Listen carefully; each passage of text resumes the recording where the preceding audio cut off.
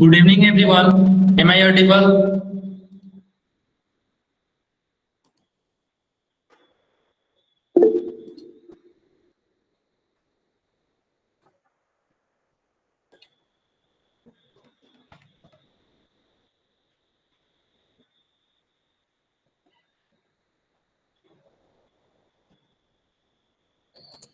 मैंने आपको होमवर्क दिया था प्रैक्टिस सेट 3.4 आपने कर लिया। 3.4 का फर्स्ट 3 क्वेश्चन दिया था मैंने। किसी को डाउट है तो आप लोग कमेंट बॉक्स में लिखेंगे।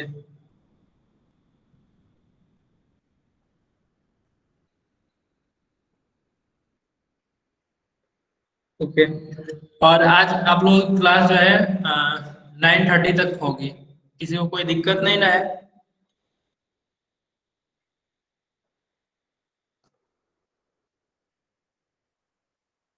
ओके, ठीक है, तो हम लोग स्टार्ट करते हैं आज। और मैंने प्रॉब्लम सेट 3 का भी कुछ क्वेश्चन दिया था ना, तो इसका इसमें कोई डाउट है क्वेश्चन में? प्रॉब्लम सेट 3 में?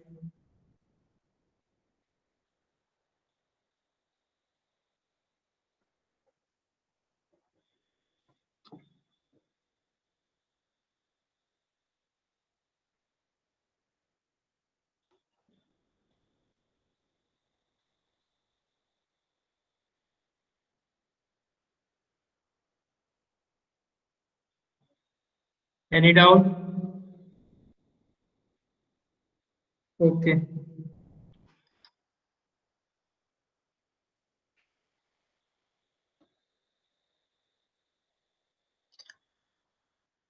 मैंने ये क्वेश्चन करा दिया था, question number third, example number third.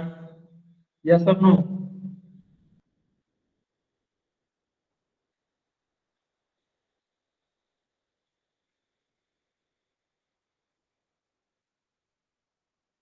Question number third मैंने कराया था पिछले क्लास में।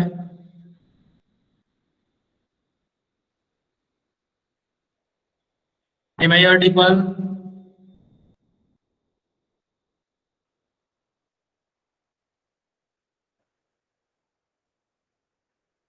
ओके। क्वेश्चन नंबर थर्ड मैंने कराया था पिछले क्लास में, आज क्वेश्चन नंबर फोर्थ कराना है। ओके, तो क्वेश्चन नंबर फोर्थ क्या है आपका? जैसे as shown in the figure, ये आपका फिगर है। Okay, take point A on the line and draw a half circle P1 of radius 0.5 with A as centre. It intersects given line in point B. तो ये क्या कर रहा है कि एक आपको एक लाइन पे आपको एक पॉइंट ए लेना है। ओके, और उसका रेडियस जो होगा आपका, रेडियस 0.5 होगा। 0.5 का एक आपको सेमी सर्कल बनाना है आपको। ओके, यानी कि हाफ सर्कल।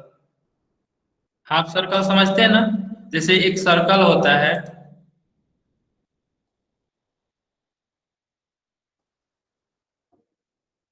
जैसे एक सर्कल है ये, इसका आधा पार्ट जो होगा वो आपका सेमी सर्कल होगा। ओके, तो उसके बाद it intersects given line in point B. और ये जो है, जब हम लोग यहाँ से ड्रॉ करेंगे हाफ सर्कल को, तो ये पॉइंट बी पे यहाँ पे कट करेगा लाइन को। Now taking B as centre draw a half circle P2 of radius 1 centimetre. पहले आपका था 0.5 सेंटीमीटर, अब आपका रेडियस हो गया 1 सेंटीमीटर। ओके, तो हम लोग ये पॉइंट बी पे हम लोग अपना कंपास रख करके फिर यहाँ से 1 सेंटीमीटर का, ये आपका 0.5 है, यहाँ से यहाँ आपका कितना है 0.5, और यहाँ से यहाँ आपका 0.5 है। तो 0.5 0.5 के कितना होगा आपका 1 सेंटीमीटर। तो यानी कि यहाँ से लेकर के यहाँ तक 1 सेंटीमीटर होगा। यहाँ पे अगर आप कंपास रख करके इसको हाफ सर्किल बनाओगे तो फिर से ये लाइन को इंटरसेक्ट करने वाला है। ओके, उसके बाद क्या कर रहा है, which is on the other side of the line. Now again taking A as centre draw a half circle P3 of radius 1.5। अभी हम लोगों ने 1 सेंटीमीटर का किया, अब फिर हम लोग क्या करेंगे 1.5 सेंटीमीटर का करेंगे। तो 1.5 सेंटीमीटर कहाँ से यहाँ आपका कितना है 0.5, और ये हम लोगों ने कितना लिया था, ये इसको सेंटर लिया था हम लोगों ने, तो ये आपका 1 सेंटीमीटर का होगा। ये आपका 1 सेंटीमीटर, ये 1 और ये 0.5। ओके, तो ये जो है आपका 1.5 सेंटीमीटर का हुआ। तो यहाँ पे हम लोग सेंटर लेकर के ए पॉइंट पे एक हम लोग हाफ सर्किल ड्रॉ करेंगे। ओके, उसके बाद क्या कर रहा है, if we draw half circles like this having radius 0.5, 1 centimeter, 1.5 centimeter, फिर 2 centimeter, we get the figure of a spiral shape। ये जो फिगर है आपका वो स्पाइरल शेप का फिगर है। ओके, स्पाइरल है ना। Find the length of such spiral shaped figure form by 13 such half circles. ठीक है, आपको 13 इस तरीके का आपको 13 हाफ सर्किल बनाना है। ओके, तो 13 हाफ सर्किल बनाएंगे तो क्या पता चलेगा कि ये पूरा मतलब पूरा स्क्रीन भर गया, लेकिन फिर भी आधा अधूरा बच जाएगा। तो क्या हम लोग 13 हाफ सर्किल बनाएंगे? नहीं, क्योंकि हम लोग को एपी आता है, अर्थमेटिक प्रोग्रेशन, उससे हम लोग इसका लेंथ हम लोग को कैलकुलेट करना है। ओके, तो सबसे पहले इसमें सबसे पहला कॉन्सेप्ट क्या है आपका, कि आपका लेंथ कैसे कैलकुलेट होगा।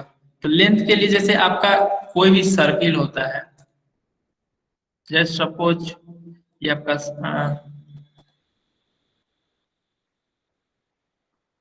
ये आपका सर्कल है, तो इसका पेरीमीटर क्या होता है? What is perimeter of the circle?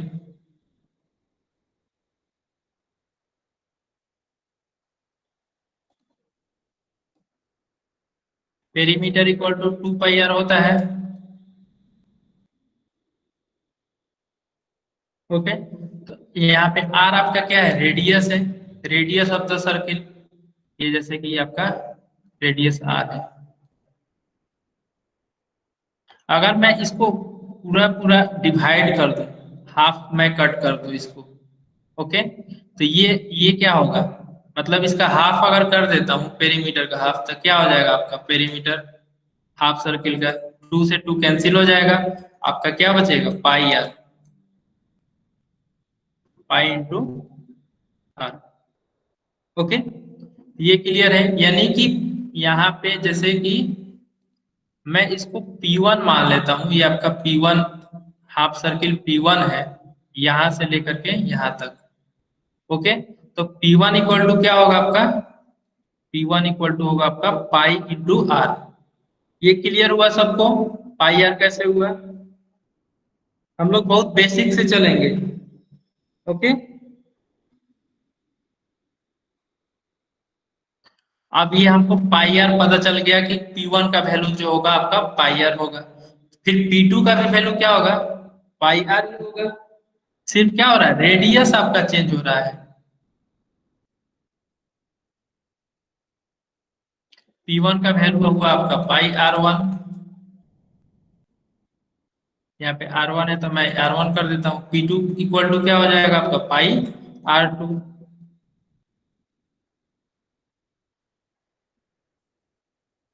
और P3 बराबर क्या होगा? पाई R3।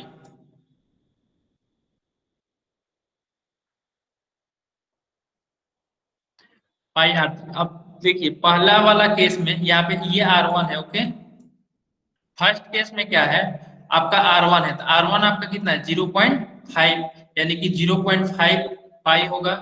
फिर उसके बाद आपका R2 कितना है? 1 है, तो सिर्फ पाई होगा। और P3 क्या होगा?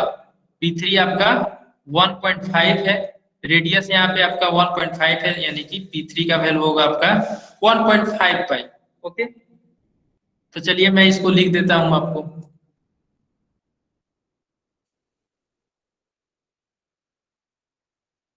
जैसे कि आपका P1, यहाँ पे आपका जैसे फर्स्ट का सरकमफेरेंस क्या होगा? फर्स्ट वाले हाफ सर्किल का P1 होगा, सेकेंड का P2 होगा, थर्ड का आपका P3 होगा।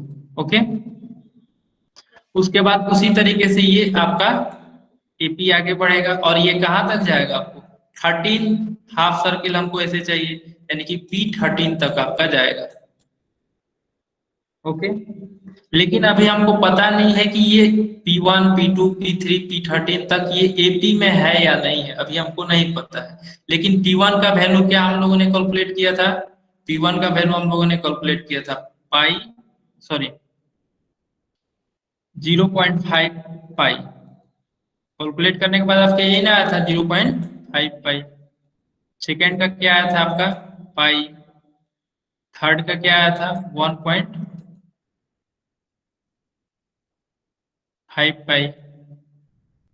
ठीक है, इसी तरीके से ये अपना आपका आगे इंक्रीज होगा। ओके, ये क्लियर है? अब बताइए कि 0.5 पाई, पाई, 1.5 पाई, ये आपका एपी में है या नहीं है? एपी में है या नहीं है आपका?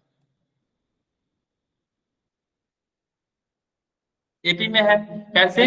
कैसे? क्योंकि हम लोग इसका कॉमन डिफरेंस कैलकुलेट करेंगे। कॉमन डिफरेंस क्या होता है? D equal to second term आपका पाई है, पाई माइनस 0.5 पाई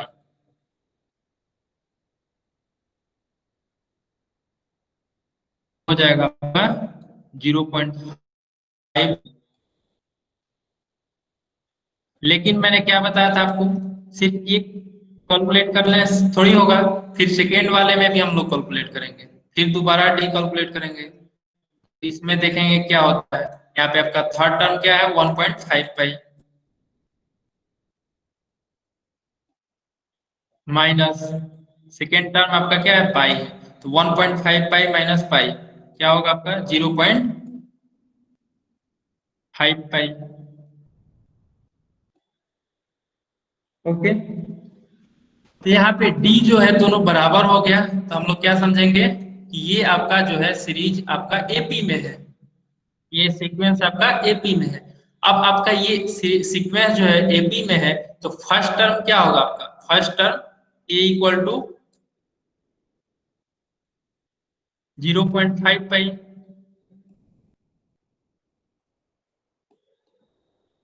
ओके, तो ए हमको पता है, डी हमको पता है। हमको क्या कैलकुलेट करना है? ऐसे 13 सच हाफ सर्कल यानी कि P13। ठीक है, तो P13 कैलकुलेट करने के लिए क्या करेंगे? मतलब 13 टर्म हमको चाहिए, यानी कि T13 टर्म चाहिए, तो क्या करेंगे T13 के लिए? T13 इक्वल टू क्या होता है आपका? ए प्लस एन। एन के जगह पे क्या होगा? 13 होगा। 13 - 1 इंटू डी। अब ए का वैल्यू पता है यहाँ से 0.5 पे,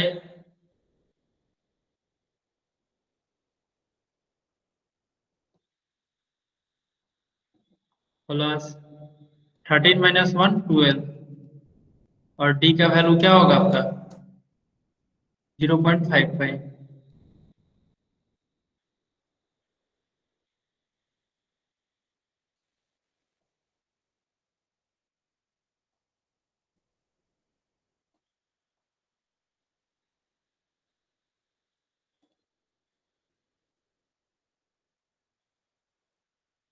ओके, अब फिर इसको कैलकुलेट करेंगे तो हमको T13 मिल जाएगा, यानी कि T13 आप किसके बराबर है? P13 के बराबर है।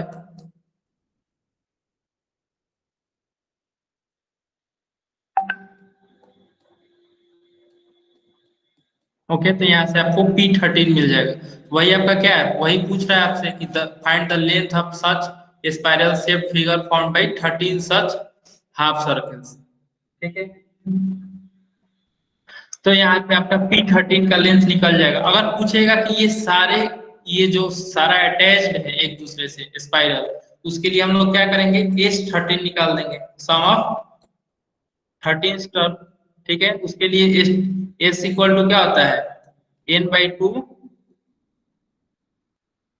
Into 2a plus N - 1 D. Okay, इस तरीके से आप S13 भी कैलकुलेट कर लेंगे। चलिए देखते हैं इसमें कैसे कैसे कैलकुलेट किया है।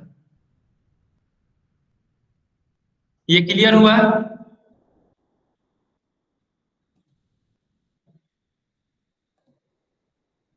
ये देखिए, यहाँ पे P2 टर्म क्या होगा आपका, पाई R2 इक्वल टू ये, P3 इक्वल टू ये हो गया आपका। यहाँ से इसने क्या किया, SN कैलकुलेट किया है इसने। ठीक है, तो यानी कि ये आपको मतलब पूछ रहा है कि find the length of such spiral shaped figure found by 13 such half circle, यानी कि सारा ये पूरा मतलब 13 जो होगा आपका हाफ सर्किल जो एक दूसरे से अटैच होगा उस सबका सम पूछा है। ठीक है, तो सबका सम के लिए S N equal to N by two into two A plus N minus one into D. Okay, तो यहां से हम लोगों ने ए कैलकुलेट किया था, ए क्या आया था आपका 0.55। ए क्या आया था आपका,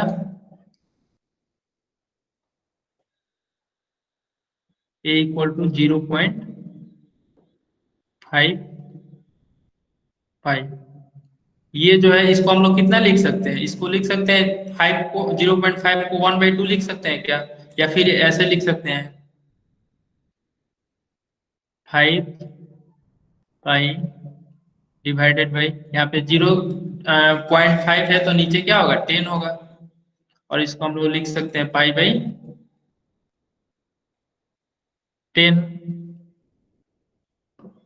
ओके, सॉरी पाई/2,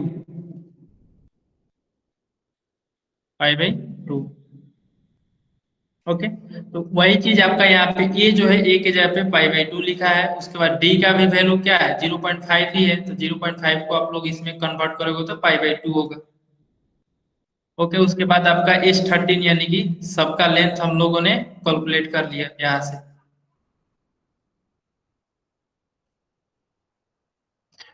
तो ये जब कैलकुलेट करिएगा तो आपका 143 सेंटीमीटर आएगा।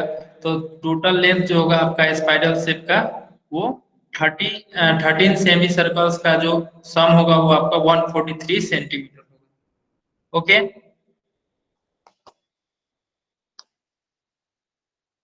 क्लियर हुआ ये क्वेश्चन।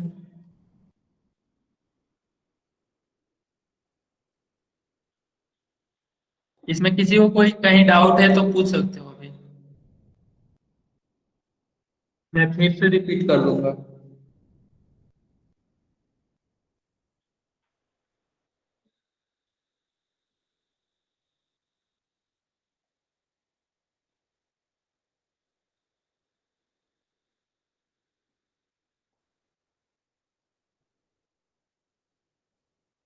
ओके, मैं नेक्स्ट क्वेश्चन की तरफ बढ़ रहा हूँ। In example number fifth, in the year 2010 in the village there were 4,000 people who were literate. Every year the number of literate people increases by 400। Okay, how many people will be literate in the year 2020। तो ये बोल रहा है कि 2010 में जो है किसी विलेज में आपको 4,000 लिटरेट पीपल थे।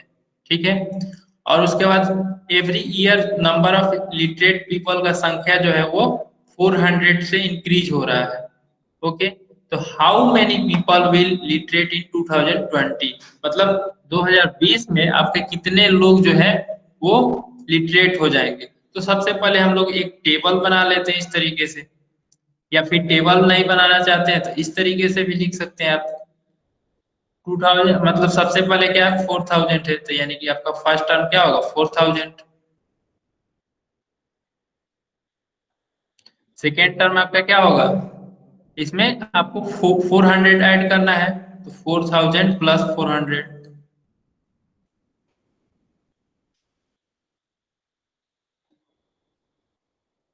ओके, ये आपका क्या होगा सेकेंड टर्म होगा, इसको हम लोग कितना लिख सकते हैं 4,400। ये आपका किस में होगा 2011 में, यानी कि 2010 में आपके 4,000 थे, 2011 में 4,400 हो गए। ठीक है, उसका 2012 में फिर इसमें 400 ऐड करेंगे, इसमें प्लस 400 करेंगे, उसके बाद फिर 2012 फिर 2013, इस तरीके से आपका चलते जाएगा। तो अगर हम लोग इस सबका टेबल बनाते हैं तो ये काफी लंबा टेबल हो जाएगा यहाँ से लेकर के यहाँ तक। तो इसीलिए हम लोग यहाँ पे डॉट डॉट दे करके इसका मतलब कि यहाँ पे जो है इस तरीके से इंक्रीज हो रहा है। और फिर 2020 में आपसे पूछा गया कि कितना आपके लिटरेट पीपल हो जाएंगे। तो यहाँ से आपको फर्स्ट टर्म आपका क्या हुआ, ये हुआ, तो यानी कि ए इक्वल टू 4000। फिर कितना से इंक्रीज हो रहा है, 400 से, यानी कि डी जो होगा आपका कॉमन डिफरेंस वो 400 होगा। उसके बाद यहाँ पे जो है एन क्या होगा, एन, एन कैसे कैलकुलेट करेंगे, यहाँ पे 2010 है, यहाँ पे 2020 है, तो 2020 में से 2010 को सब्ट्रैक्ट करेंगे, ठीक है, तो कितना होगा, 10 होगा। जब हम लोग सब्ट्रैक्ट करेंगे तो 10 होगा ना, लेकिन n का वैल्यू क्या होगा, 10, जैसे कि यहाँ पे आपको 2010 भी इंक्लूड करना है, जैसे कि 2010 जब हम लोग इंक्लूड करेंगे तो इसमें +1 हो जाएगा। और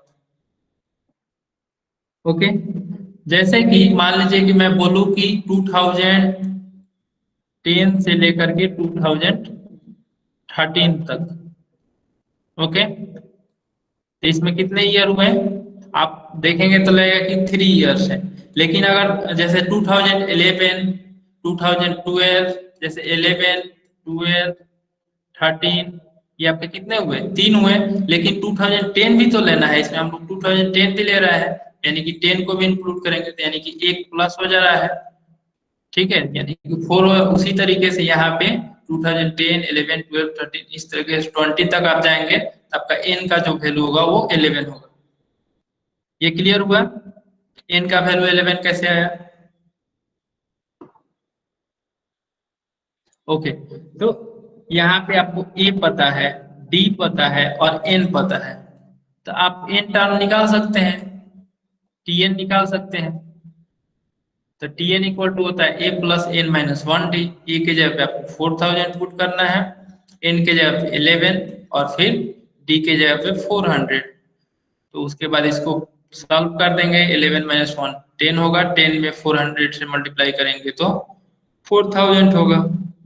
दोनों को ऐड कर देंगे यानी कि 8000। 8000 जो होगा आपका टीएन होगा, यानी कि टीएन का मतलब ये हुआ कि 2020 में इतने पीपल जो है आपके लिटरेट हो जाएंगे, इतने पीपल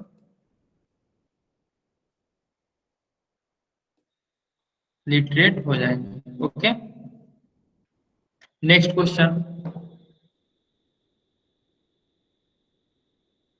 इसमें तो किसी को डाउट नहीं आना चाहिए।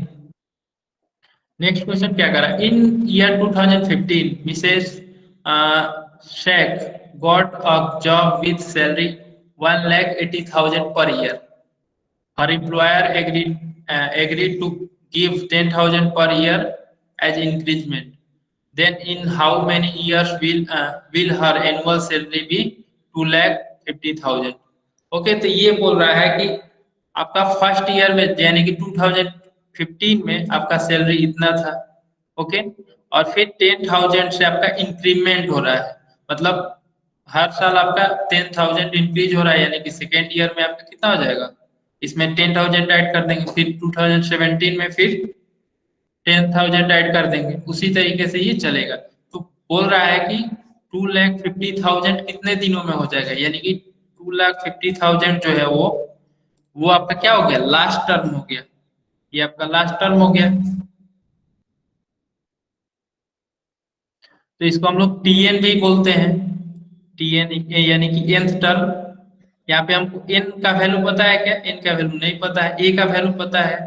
फर्स्ट टर्म क्या है आपका, ये, तो ये आपका ए हो गया।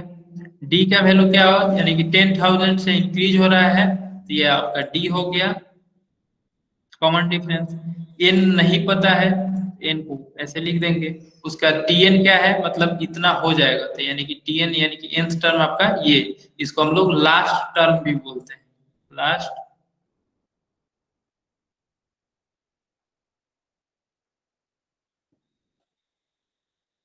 मैंने फर्स्ट क्लास में आप लोगों को बता रखा है ये। तो ये आपका उसके बाद क्या है, टीएन इक्वल टू क्या होता है आपका, a+n-1d। ये आपको पता है, टीएन का वैल्यू क्या है, 2,50,000, तो हम लोग पुट कर देंगे, फिर ए का वैल्यू यहाँ पे पुट करेंगे, एन का वैल्यू क्या है नहीं पता है, एन को ऐसे ही डालने देंगे, फिर डी का वैल्यू 10,000 है।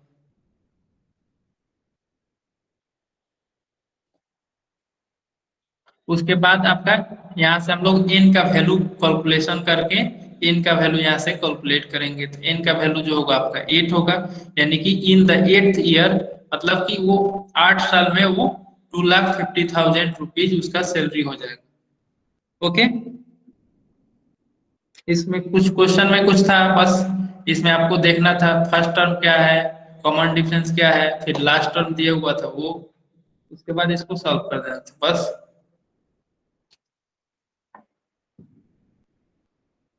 ये क्लियर हुआ?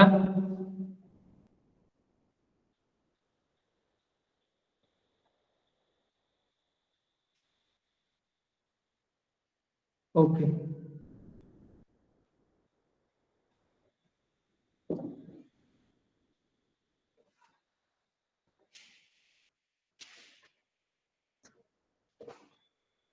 तो ये आपका चैप्टर खत्म हो गया सीक्वेंस एंड सीरीज का, अर्थमेटिक प्रोग्रेशन का। ओके, तो आज हम लोग नया चैप्टर पढ़ेंगे। आप लोग होमवर्क में 3.4 का 4, 5, 6 क्वेश्चन नंबर कर लेंगे। ओके, और क्वेश्चन ऑफ फिफ्थ एक मैं बता देता हूं आपको। क्वेश्चन ऑफ फिफ्थ क्या कर रहा है, Kargil's temperature was recorded in a week from Monday to Saturday, all readings were in AP, the sum of temperature of Monday and Saturday was 5 degree centigrade more than sum of temperature of Tuesday and Saturday. If temperature of Wednesday was minus 30 degrees centigrade, uh, then find the temperature on the other 5 days. तो और दूसरे 5 दिनों का आपको temperature बताना है कि कितना होगा। ये क्वेश्चन हो जाएगा, क्वेश्चन 5।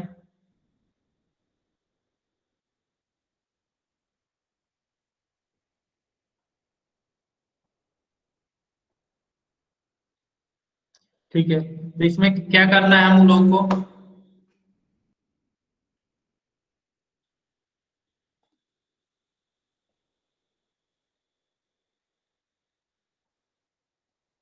जैसे कि टेम्परेचर दिया हुआ है, क्या क्या दिया हुआ है, गिवन क्या क्या है कि मंडे और सैटरडे का, मंडे टू सैटरडे हम लोग रीडिंग नोट कर रहे हैं, और वो जो है रीडिंग जो है वो आपका एपी में आ रहा है, एपी में आ रहा है, अच्छी बात है। The sum of temperature of Monday and Saturday, Monday का और सैटरडे का सम करने पे वो 5 डिग्री ज्यादा हो रहा है, किससे, sum of temperature of Tuesday and Saturday, Tuesday और सैटरडे के सम से आपका 5 डिग्री ज्यादा हो रहा है। तो बताना है कि if temperature of Wednesday was minus 30 degree Celsius, मतलब वेडनेसडे को आपको माइनस 30 डिग्री सेल्सियस आपको नोट किया गया है। ओके, तो बताना है कि find the temperature on the other 5 days. तो हम लोग इसको सबसे पहले क्या करते हैं,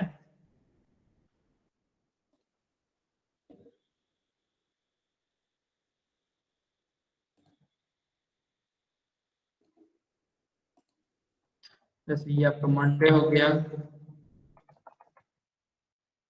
Tuesday, Wednesday, Thursday, Friday, Saturday. Okay, और मैं मान लेता हूं कि मंडे को आपका टेम्परेचर ए है, मंडे का टेम्परेचर ए, ट्यूसडे का है आपका ए प्लस डी, वेडनेसडे का है आपका ए प्लस 2 डी, ठीक है, थर्सडे का आपका हो जाएगा ए प्लस 3 डी, फ्राइडे का आपका होगा ए प्लस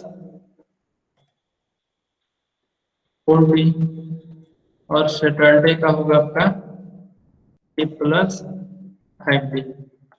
ये आपका एपी में होगा। मेरा वॉइस आ रहा है सबको अब?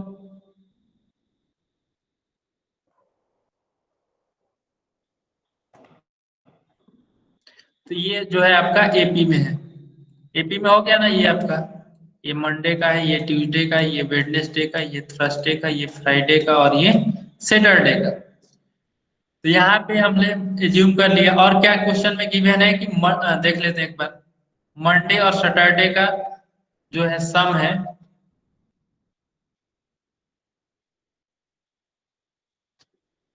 मंडे का और सैटरडे का आपका सम जो है वो किसके बराबर है, equal to Tuesday and Saturday, Tuesday Saturday. और ये जो है आपका 5 सेल्सियस, 5 डिग्री सेल्सियस ये आपका ज्यादा है। तो हम लोग क्या करेंगे, इसमें 5 ऐड कर देंगे तो इसके बराबर हो जाएगा। इसमें अगर हम लोग 5 ऐड कर देंगे, ट्यूसडे और सैटरडे का हम लोग सम कर रहे हैं और मंडे और सैटरडे का सम कर रहे हैं, तो आपको ये मंडे और सैटरडे में 5 डिग्री सेंटीग्रेड ज्यादा हो जा रहा है। तो इसमें से हम लोग, इसमें अगर हम लोग 5 ऐड कर देते हैं तो ये दोनों बराबर होगा या नहीं, यस और नो? Yes, okay. तो मंडे का टेम्परेचर क्या है, ए है। तो मंडे का टेम्परेचर जो होगा आपका यहाँ पे ए है। और फिर आपका सैटरडे का टेम्परेचर क्या है, ए प्लस 5 डी, यानी कि ए प्लस 5 डी है। फिर इक्वल टू यहाँ पे ट्यूसडे का कितना, ए प्लस डी, ए प्लस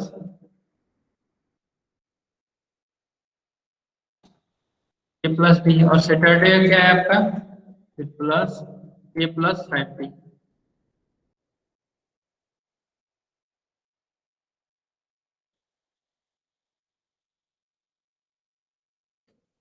ये आपका इक्वेशन हो गया।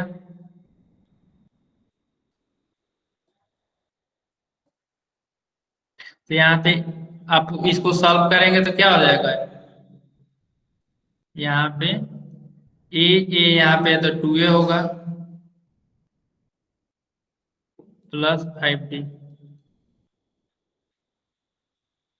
इक्वल टू, यहाँ पे ए 2a होगा और फिर यहाँ पे डी प्लस 5d 6d होगा प्लस 5। तो क्या करेंगे, यहाँ पे आपका ए 2a है तो इधर लाएंगे 2a और 2a क्या हो जाएगा, सब्ट्रैक्ट होकर कैंसिल आउट हो जाएगा। और यहाँ पे 5d है, यहाँ पे 6d है, तो 5d minus 6d equal to 5।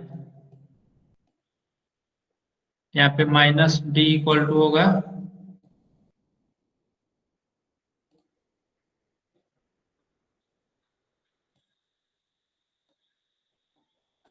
Minus D equal to 5। तो डी इक्वल टू क्या हो जाएगा आपका, -5।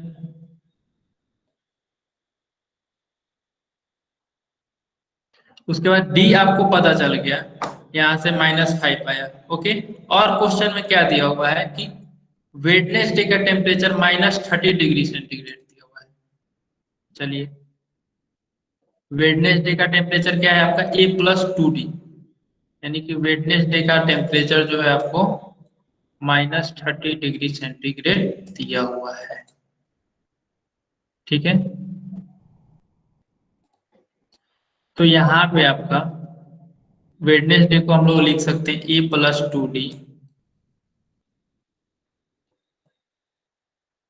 Equal to -30। और यहाँ पे ए हमको नहीं पता है तो ए को ऐसे ही रहने देते हैं। डी हम लोगों को पता चल गया -5, तो 2 इंटू -5 इक्वल टू -30।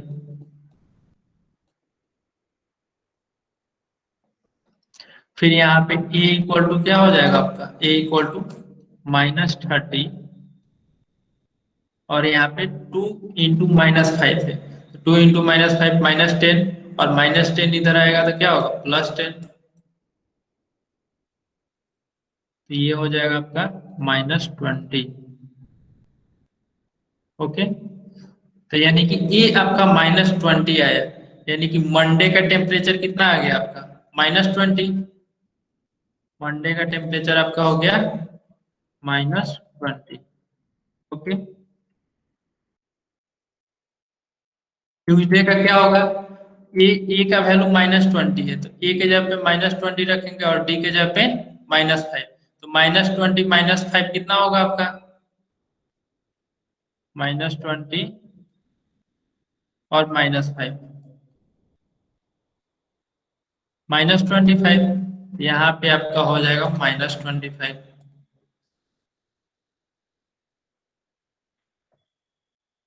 फिर वेडनेसडे का टेम्परेचर -5 फिर ऐड करेंगे तो -30। फिर थर्सडे में -35। फिर फ्राइडे का क्या होगा आपका? -40। फिर सैटरडे का क्या होगा? -45। इस तरीके से हम लोग कैलकुलेट कर सकते हैं। ये आपको सारे डे का टेम्परेचर कैलकुलेट हो गया ना?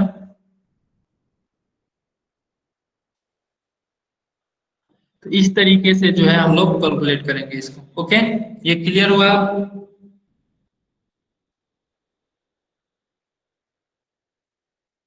ओके,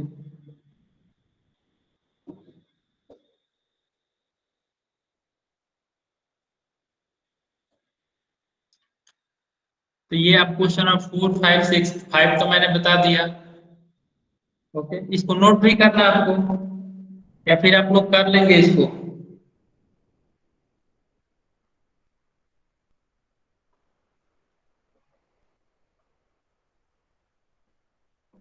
ओके, तो हम लोग नया चैप्टर शुरू करते हैं।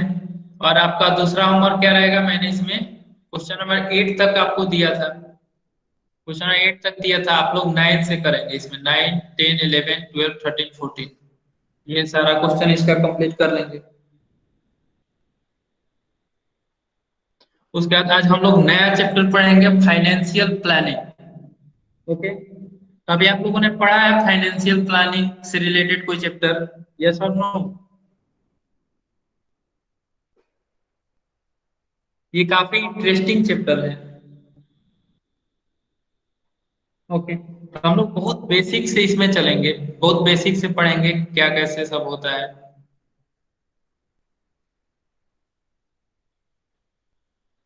ओके, तो देखिए, फाइनेंशियल प्लानिंग जो है महाराष्ट्र बोर्ड में आपको दिया हुआ है पढ़ने के लिए 10th में, और बाकी सारे बोर्ड में नहीं दिया हुआ है। लेकिन आप लोग मतलब भाग्यशाली हैं कि आप लोगों में ये दिया हुआ है। ओके, तो फाइनेंशियल प्लानिंग क्या होता है? जैसे कि हम लोग कोई भी रिलेटेड आपका फाइनेंस से रिलेटेड कुछ भी हुआ, पैसा का लेन देन हुआ, या फिर कोई सामान खरीदते हैं, फिर उसका कैसे कैसे क्या सब होता है, कैसे टैक्स लगता है, वो टैक्स के बारे में आप लोगों ने सुना होगा। तो टैक्स के बारे में आप लोगों ने सुना है कौन सा टैक्स लगता है अभी अपने देश में?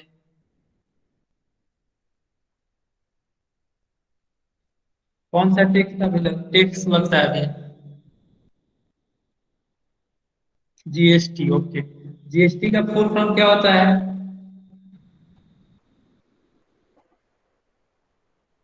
ओके, तो चलिए इस पे हम लोग चर्चा करते हैं कि जैसे एक आपका कन्वर्सेशन है, कन्वर्सेशन में हम लोग सीखेंगे कि क्या कैसे सब होता है। जैसे teacher, dear students, in our country which tax system in is in practice for business. Business के लिए जो है वो कौन सा टैक्स का सिस्टम जो है वो प्रैक्टिस में है, मतलब कौन सा टैक्स सिस्टम अभी अपने देश में चल रहा है बिजनेस के लिए। तो आयुष एक लड़का बोलता है कि GST system is in practice. जैसे मैंने पूछा आप लोगों से कि कौन सा टैक्स अपने देश में चल रहा है, तो आप लोगों ने बताया GST. Very good. Okay, goods and service tax, good, अच्छी जानकारी है आप लोगों को। ओके, तो टीचर बोलते हैं very good, what do you know about GST. GST, तो फिर एक लड़का बोलता है जीएसटी स्टैंड फॉर, जैसे मैंने पूछा कि जीएसटी के बारे में क्या जानते हो, जीएसटी का फुल फॉर्म क्या होता है। तो फिर आप ही लोग के जैसा एक अयान नाम का लड़का था, उसने बताया GST stand for goods and service tax. Okay, तो इसने बता दिया जैसे आप लोगों ने बताया। ओके, ऐसा फिर बोलते हैं yes the whole country follows the same tax levy system. मतलब जो लगान होता है, लीवी सिस्टम मतलब होता है लगान वसूल करना। ओके, जो मतलब टैक्स, टैक्स मतलब लगान, लीवी मतलब उसका वसूलीकरण करना। ठीक है, तो जो अपने देश में लगान वसूल होता है वो जीएसटी के माध्यम से होता है। फिर टीचर बोलते हैं correct, Before GST, every state had variety of tax levied at different stages of trading. Trading मतलब व्यापार से related. Okay. Observe the picture given below and tell which taxes existed before GST and are now subsumed in GST. Okay. तो आपको teacher बोलते हैं कि ये जो है आपको ये आप पिक्चर को देखिए और देख के बताइए कौन इतना सारा जो टैक्स है वो कौन कौन सा टैक्स पहले लगता था जीएसटी आने से पहले। ओके। तो सफीक बोलता है taxes that existed before were excise duty, custom duty, VAT, entertainment tax, central sales tax, service tax और ऑक्ट्रोइड और एक्सेट्रा एक्सेट्रा बहुत सारे इसके अलावा और भी टैक्सेस लगते थे। उसके बाद टीचर बोलते हैं all this taxes are subsumed under GST that is why GST is one nation one tax. जैसे आप लोगों ने सुना होगा बहुत समय न्यूज चैनल पे या फिर अपने प्राइम मिनिस्टर के से भाषण में सुना होगा वन नेशन वन टैक्स के बारे में। ओके। तो ये क्या है हम लोग अभी जानेंगे। One market, okay, one nation one tax one market, GST is in effect from 1 जुलाई 2017।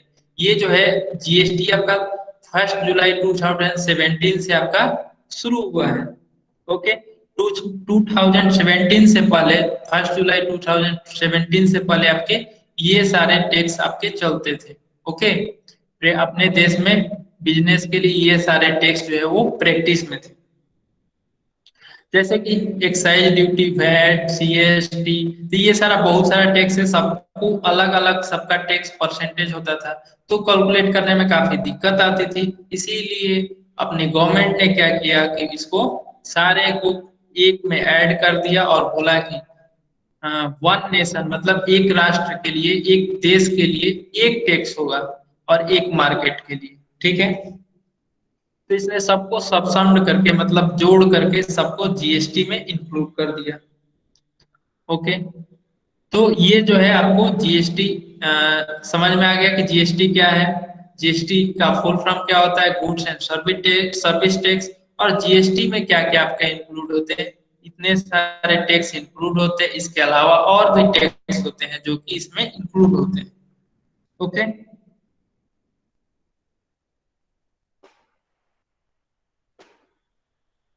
और ये कब से शुरू हुआ, ये मार्केट में इफेक्ट कब से है, इफेक्टिव कब से है ये।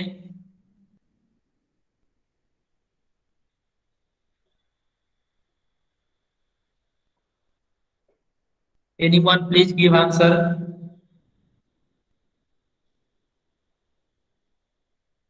1 जुलाई 2017। उससे पहले आपके कौन कौन से टैक्स, कोई पूछेगा आपको आपसे कि 2017 से पहले कौन कौन से टैक्स लगते थे तो आपको बताना होगा कि एक्साइज टेस्ट हो गया, वैट हो गया, सीएसटी हो गया, लग्जरी टेस्ट हो गया, इंटरटेनमेंट टैक्स, इस तरीके की कस्टम ड्यूटी, ये सारा टैक्स जो है वो 2017 से पहले इफेक्ट में था। ओके। गुड, जिन्होंने आंसर दिया वेरी गुड। उसके बाद tax invoice. Okay. Tax invoice क्या है, इनवॉइस आप लोगों ने देखा होगा, कभी आपने सामान परचेज करने गए होंगे बाहर तो आपने देखा होगा कि आपको एक इनवॉइस दिया जाता है। ठीक है। और वो कुछ इस तरीके का होता है। ओके। कभी आप लोगों ने शॉपिंग किया है, यस और नो। ओके। लेकिन अब शॉपिंग करने जाएंगे तो अब या फिर घर पे कोई बिल पड़ा होगा, इनवॉइस पड़ा होगा आपका, तो उसको चेक करिएगा उसमें क्या क्या दिया हुआ है क्या नहीं दिया हुआ है। ओके। हम लोग अभी जैसे कि आपका एक सैंपल दिया हुआ है tax invoice of goods purchase. Goods मतलब क्या होता है आपका सामान। ठीक है। जो भी हम लोग चीज खरीदते हैं वो गुड्स कहलाता है, सामान जो खरीदते हैं। ओके। तो जो उसका टैक्स इनवॉइस कुछ इस तरीके का होता है। तो सबसे पहले लिखा होता है सप्लायर। सप्लायर मतलब जो दुकान है, मतलब जो शॉप है, उसका नेम रहता है, फिर उसका एड्रेस वगैरह रहता है, फिर उसका फोन नंबर, ईमेल वगैरह एड्रेस सब रहता है। उसके बगल में आपका एक जीएसटाइन नंबर होता है। ठीक है। उसके बाद इनवॉइस नंबर। इनवॉइस नंबर क्या होता है, जैसे ये जो है जीएसटी ऑब्लिक सीरियल नंबर से चलता है। जैसे आपने पहला कस्टमर खरीदने गए, आप सबसे पहले आपने कुछ सामान खरीदा, तो शॉप में सबसे पहले आपने सामान खरीदा, तो यहाँ पे हो सकता है 1 हो, फिर मतलब आपके बाद फिर कोई खरीदेगा तो 2। इस तरीके से ये आपका इनवॉइस नंबर है, सीरियल नंबर। जैसे जैसे आपका ये इनवॉइस कटते जाएगा, मतलब बिल कटता है, उसके बाद फिर ये चेंज होता है उसके हिसाब से। ओके। उसके बाद इनवॉइस डेट, मतलब ये डेट किस दिन ये आपका बिल कटा है, या फिर ये आपने किस दिन सामान आपने परचेज किया है। फिर आपका इधर सीरियल नंबर होता है, फिर आपका HSN कोड होता है, फिर आपका नेम ऑफ प्रोडक्ट होता है, फिर उसका रेट क्या है पर केजी या जैसा भी हो, उसका रेट यहाँ पे डिफाइंड होता है। फिर आपने जितना क्वांटिटी लिया है वहां पे, यहाँ पे उस क्वांटिटी को लिखते हैं। फिर आपका टैक्सेबल अमाउंट जो है उसको यहाँ पे लिखते हैं, यानी कि जितना उसका रेट है इनटू क्वांटिटी। ओके, तो ये आपका टैक्सेबल अमाउंट होता है। अभी हम लोग सारे के बारे में जानेंगे, आपका HSN कोड क्या होता है, फिर आपका टैक्सेबल अमाउंट क्या होता है, फिर आपका जीएसटी नंबर क्या होता है, इसके बारे में भी हम लोग जानेंगे। ओके, और इनवॉइस नंबर के बारे में तो मैंने बता दिया है। और ये आपका सप्लायर का ये एड्रेस दिया हुआ है। ओके, यहाँ पे डेट होता है। उसके बाद आपका जो है CGST और SGST क्या होता है, इसके बारे में चर्चा करेंगे। ओके, तो जैसे वेद है, फिर एक कन्वर्सेशन है आपका। वेद क्या कहता है, in the invoice we see some new words.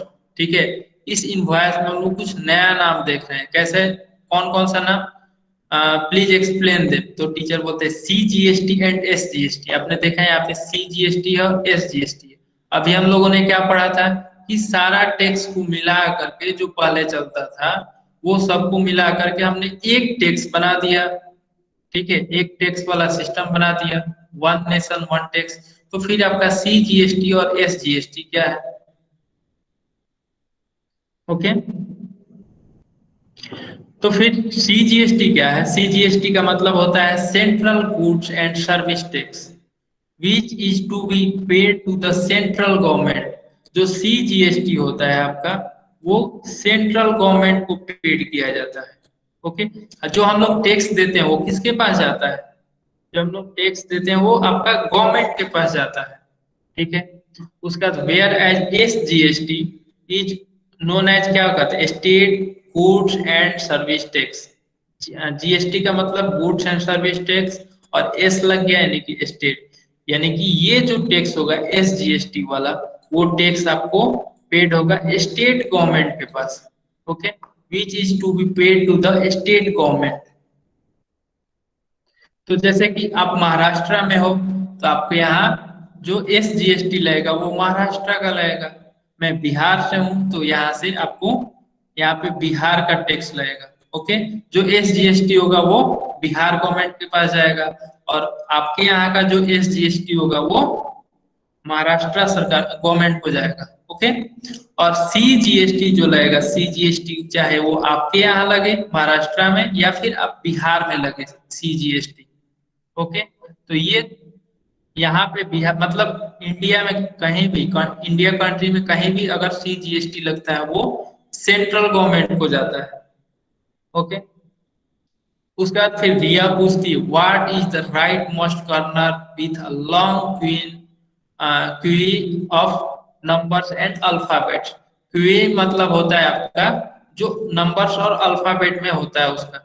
Okay, तो रिया पूछती है कि आपका ये बगल में जो जीएसटाइन नंबर दिया हुआ है ये क्या है। ठीक है, तो it is GSTIN number, GSTIN dealers identification number. ठीक है, ये आपका आइडेंटिफिकेशन नंबर है। जैसे जितने भी आपके शॉप्स हैं, ठीक है, सबको एक जीएसटाइन नंबर दिया जाता है। ठीक है, कि उनको आइडेंटिफिकेशन के लिए, पहचानने के लिए। कैसे आपको नाम दिया गया है, जैसे कालिंदी काले नाम दिया हुआ है, लक्ष्य नाम दिया हुआ है।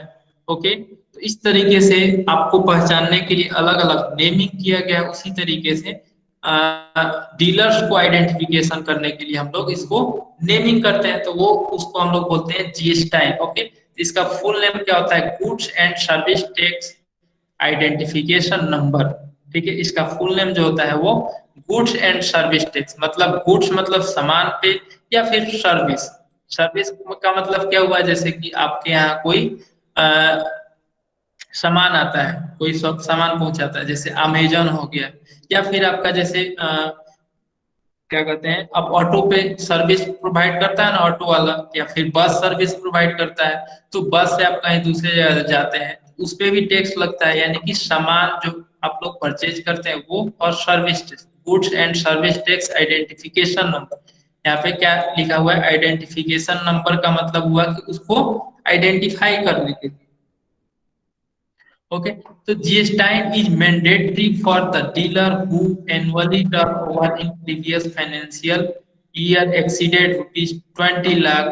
You know that PAN has 10 alphanumericals. Similarly, GSTine has 15 alphanumerals. ठीक है, तो ये पैन जो होता है, पैन कार्ड आप लोगों के घर पे होगा मम्मी पापा का। ओके, तो पैन नंबर में आप लोगों ने देखा होगा कि 10 अल्फा न्यूमेरल्स होते हैं आपके। ठीक है, 10 अल्फा न्यूमेरल्स का मतलब हुआ कि उसमें कुछ आपके अल्फाबेट होते हैं, जैसे ABCD वाले लेटर्स होते हैं, और कुछ जो होते हैं वो आपके नंबर्स होते हैं। ओके, आप लोग पैन कार्ड पे देखिएगा कि कितने डिजिट का नंबर होगा वो। ओके, पैन कार्ड पे देखिएगा तो आपको 10 अल्फा न्यूमेरल्स आपको मिलेंगे। उसमें कुछ आपके अल्फाबेट होंगे, कुछ आपके न्यूमेरियल होंगे, मतलब नंबर्स होंगे। Okay, similarly GSTIN has 15 alphanumerals. उसी तरीके से जीएसटाइन जो आइडेंटिफिकेशन नंबर दिया जाता है वो आपके 15 अल्फान्यूमेरल्स के होते हैं। ओके, तो it includes 10 digit pan of the dealer. जो डीलर का पैन नंबर होता है वो 10 डिजिट का होता है, वो 10 डिजिट इसमें इंक्लूड होता है, और 5 डिजिट और इसमें इंक्लूड किया जाता है। ओके, तो जैसे एग्जांपल में एक आपका जीएसटाइन नंबर दिया हुआ है, तो इसको समझते हैं कि ये आपका पैन नंबर कहाँ पे है, और भी क्या चीजें इसमें ऐड होती है। जैसे कि यहाँ पे आपका सबसे पहले दिया हुआ है 27। तो 27 क्या है? 2 डिजिट फॉर स्टेट कोड। ये इससे क्या पता चलता है कि ये किस स्टेट का है? जैसे 27 जो है आपको 27 क्या है? Here 27 is the state code of Maharashtra. 27 जो है आपका महाराष्ट्र के लिए कोड दिया गया है। उसी तरीके से हर स्टेट के लिए अलग अलग कोड दिया गया है 2 डिजिट नंबर में। ओके, उसके बाद जो है आपका ABCDE 1 2 3 4 H, ये आपका 10 डिजिट हुआ। 10 अल्फा न्यूमेरल्स में देखिए 1 2 3 4 5 6 7 8 9 10। ओके, तो ये 10 अल्फा न्यूमेरल्स है जो कि आपके पैन नंबर है। तो पैन, जो डीलर का पैन नंबर होगा वो यहाँ पे होगा। ओके, तो ये कितना हो गया? ये 10 और ये 2, 10 और 2 12 हो गया आपका। और फिर आपका तीन ये चीज क्या दिया हुआ है? 3 अल्फा न्यूमेरल्स क्या क्या है? फर्स्ट क्या है? वन रिप्रेजेंट वन रजिस्ट्रेशन, मतलब जिसने एक रजिस्ट्रेशन लिया हुआ होगा उसके लिए वन रिप्रेजेंट किया गया है, मतलब जितना रजिस्ट्रेशन कोई डीलर लेता है उसके हिसाब से वहां पे हम लोग नंबर देते हैं। फिर जेड क्या है? तो uniform for all by default, इसको बाय डिफॉल्ट उसमें ऐड किया जाता है। जैसे कि यहाँ पे आपका 1 2 3 4 फिनिश, मतलब 9 के बाद फिर आपका क्या होगा? 10 होगा, यानी कि 2 डिजिट हो जाएगा। तो इसीलिए हम लोग यहाँ पे बाय डिफॉल्ट एक अल्फाबेट ऐड कर देते हैं। ओके, 5 क्या है? Check sum digits confirms the validity of GSTIN when enter on GST portal. ठीक है, तो ये जो है आपका वेरीफाई करता है कि मतलब कि आपका जीएसटाइन नंबर को। ओके, उसके बाद फिर आपका जेनी बोलती है कि there is a word HSN code in the tax invoice. तो जेनी पूछती है कि HSN कोड क्या है?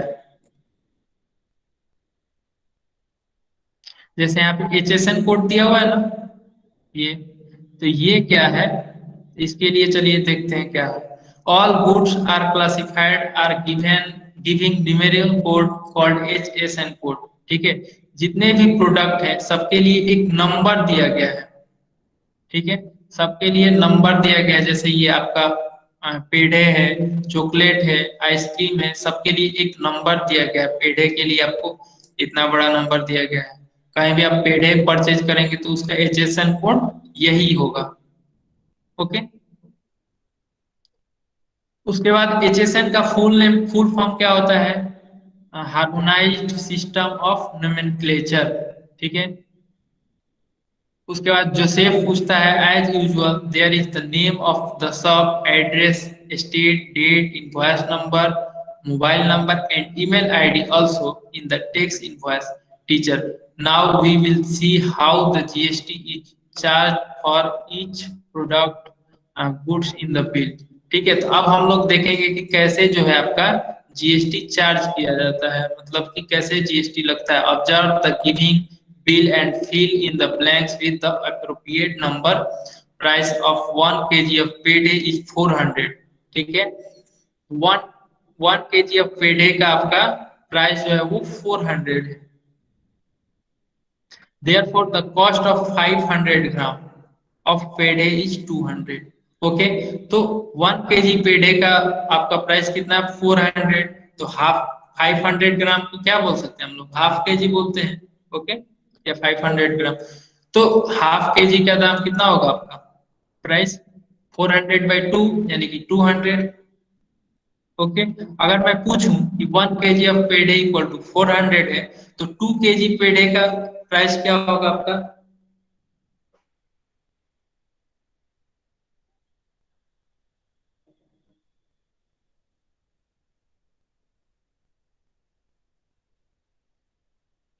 अगर मैं पूछूं कि 1 kg ऑफ पेड़े का आपका प्राइस जो है वो 400 है, तो 2 kg पेड़े का प्राइस क्या होगा?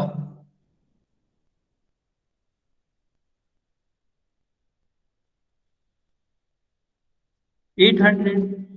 That's good. ओके, तो वन, तो उसी तरीके से 500 ग्राम का पेड़े का आपका प्राइस होगा वो 200 होगा। अब बात करते हैं CGST और SGST कैसे लगते हैं। ठीक है, CGST at the rate of 2.5% each कितना होगा? तो इसको कैलकुलेट करेंगे तो आपको 400 का, सॉरी 400 पे नहीं, ये आपका CGST जो कैलकुलेट होता है वो, जैसे ये 200, ये आपका टैक्सेबल अमाउंट जो है, मैंने टैक्सेबल अमाउंट नहीं बताया, जो रेट है और क्वांटिटी है। तो आपने जितने का सामान परचेज किया, जैसे कि पेड़े आपने खरीदा कितना? हाफ के जी, 500 ग्राम आपने परचेज किया पेड़े, तो इसका आपको कितना पे करना होगा? 200, यानी कि 200 आपका टैक्सेबल अमाउंट हुआ। और इस पे क्या होगा? अब इस पे CGST और SGST लगेगा। ठीक है, तो आपका हर, जैसे जो भी गुड्स होते हैं उस पे अलग अलग उसका चार्ज डिफाइन करती है आपकी गवर्नमेंट। ठीक है, तो पेढ़े पे जो है आपका 2.5% जो है वो CGST लगता है। तो 2.5%, 200 का 2.5% कितना होगा? कैलकुलेट करिए। 200 ऑफ 2.5%,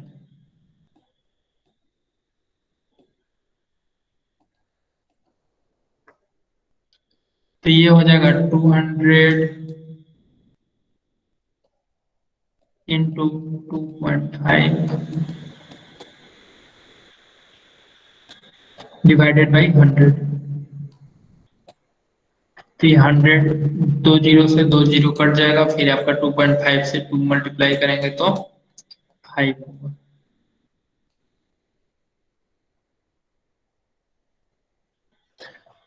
ओके, गुड। कुछ लोगों ने कैलकुलेट कर लिया, अच्छी बात है। उसी तरीके से CGST जितना लगेगा उतना ही आपका SGST लगेगा। एस जी एस टी वो भी आपका 2.5% लगेगा। तो ये आपका क्या हो गया? CGST।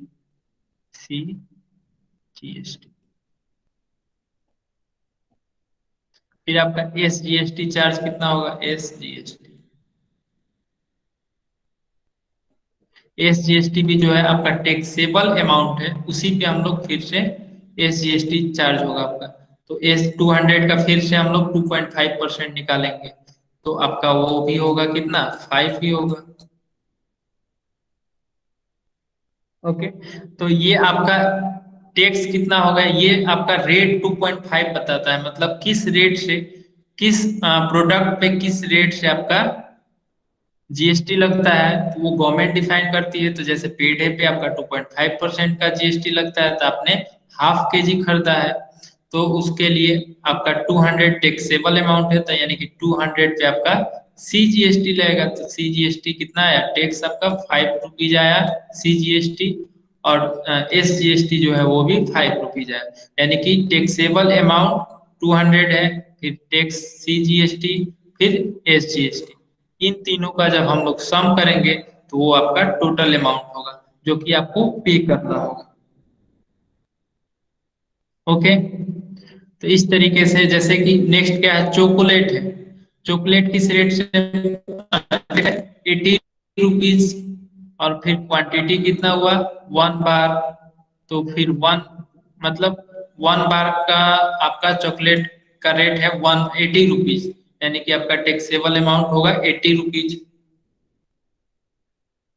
ओके, और इस पे जो है आपका रेट जो है उसका 14% सीजीएसटी लगता है,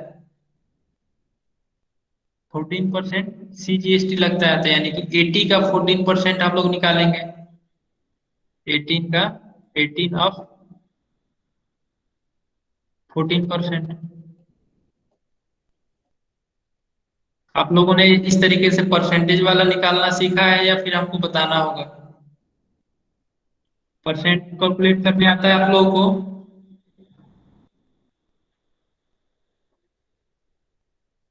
सबको आता है? किसी को अगर नहीं आता होगा तो वो पूछ सकते हो अभी।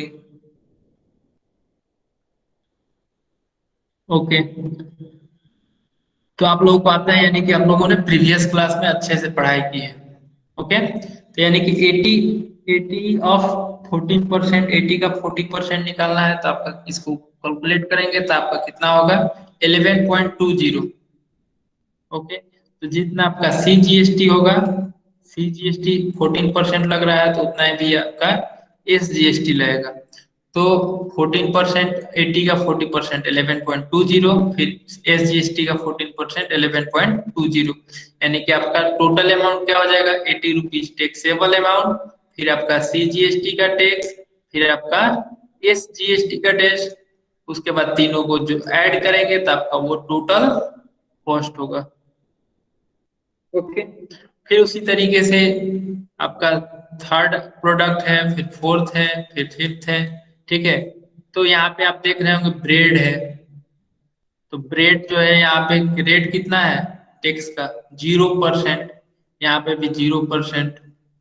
ठीक है, तो सारे चीजों पे आपके टैक्स नहीं लगते हैं, कुछ चीजें हैं जो कि आपको, जैसे ब्रेड क्या है आपका, ब्रेड सबके लिए जरूरी है, तो इस पे जो है वो टैक्स नहीं लगता है। ठीक है, कोई भी पुअर पर्सन भी होगा वो भी इसको खरीद सके, इसीलिए इस पे मतलब लोग जीएसटी चार्ज नहीं लगता है।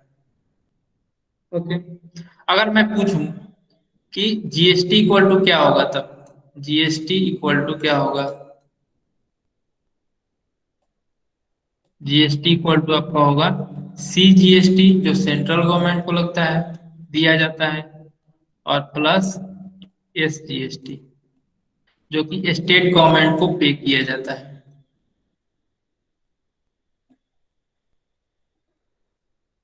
तो ये आपका जीएसटी जो है वो टोटल कॉस्ट हुआ, टोटल टैक्स हुआ सीजीएसटी और एसजीएसटी को ऐड करके। और जब भी हम लोग निकालेंगे, जब भी हम लोग क्वेश्चन सॉल्व करते समय एसजीएसटी और सीजीएसटी निकालेंगे, तो हम लोग दोनों को अलग अलग कैलकुलेट करेंगे, सीजीएसटी के लिए अलग और एसजीएसटी के लिए अलग। ठीक है, ये आपका क्या है, रूल है। ओके, इसको आप लोग याद रखेंगे। ये नहीं कि एग्जामिनेशन में अगर जीएसटी कैलकुलेट करने के लिए कहा गया है, तो आप क्या करेंगे, सीजीएसटी का 14% और एसजीएसटी का 14%, यानी कि 28% सीधे हम लोग निकाल देंगे। ओके, तो इस तरीके से निकालेंगे तो वो आपको वहां पे इस तरीके से आपको नहीं निकालना है। ओके, आपको जब भी कैलकुलेट करना होगा तो सीजीएसटी के लिए अलग से कैलकुलेट करना होगा, सीजीएसटी के लिए 14%, ठीक है, और एसजीएसटी के लिए फिर जो होगा उसका हाफ 14%। इसमें को और कुछ पूछना है?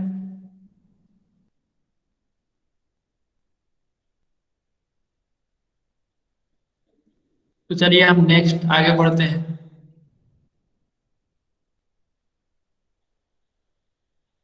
किसी को बोरिंग तो नहीं लग रहा है?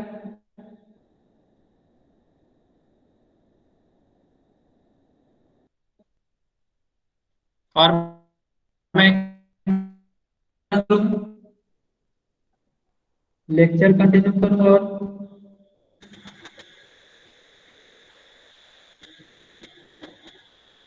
यस और नो?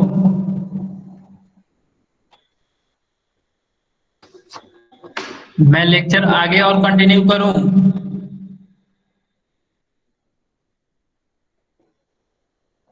अब वॉइस अच्छा आ रहा है?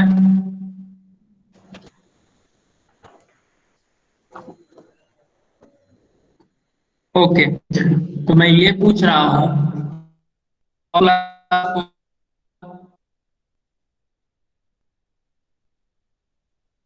यस और नो?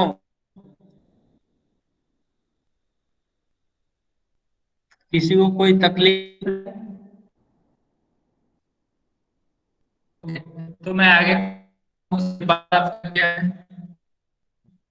जैसा कि यहाँ पे मैंने बता दिया आप लोगों को कि कैसे आपको जीएसटी कैलकुलेट करना है, टैक्स को कैसे कैलकुलेट करना है, ये सारा मैंने बता दिया। जैसे कि आपका यहाँ पे it means that the, okay, it means that the rate of GST on paid is 2.5 plus 2.5 equal to 5%, and hence the total GST is rupees 10। और आपका टोटल जीएसटी क्या होगा? आपका 10 रुपीज होगा, जो कि आपका सी जीएसटी और एस जीएसटी दोनों मिल करके। The rate of GST on chocolate is, अभी चॉकलेट में हम लोगों ने कितना जीएसटी देखा था? 14% था, यानी कि 28%, मतलब कि आपका जो रेट जीएसटी का है वो 14% था। और हेंस द टोटल जीएसटी आपका क्या हो जाएगा?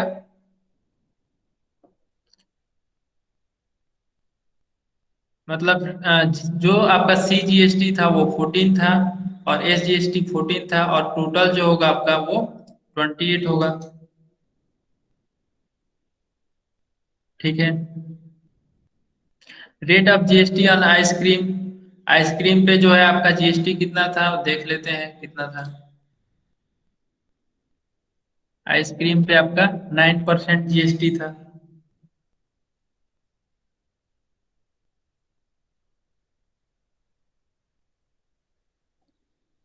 तो यहाँ पे 9 होगा। और यहाँ पे total cost of, sorry, rate of GST on ice cream इतना परसेंट,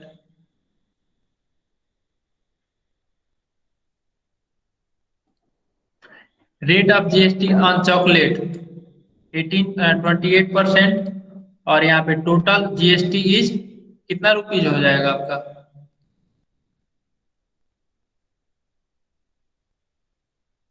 चॉकलेट पे आपका 11.2, 11.2 कितना हो जाएगा? 22.4।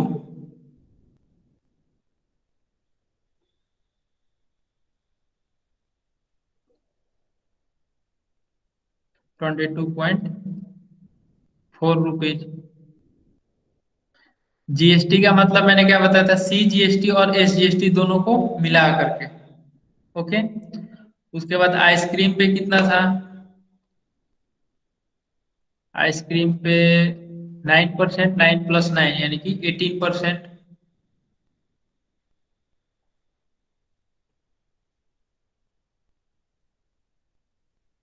यहाँ पे आपका 18 होगा। और इसका फिर टोटल कॉस्ट ऑफ आइसक्रीम, यहाँ पे टोटल कॉस्ट ऑफ आइसक्रीम पूछ रहा है, तो यानी कि जो आपका जीएसटी वाला चार्ज हुआ, जीएसटी का चार्ज, और फिर प्लस जो कॉस्ट है वो वैल्यूएबल प्राइस जो है।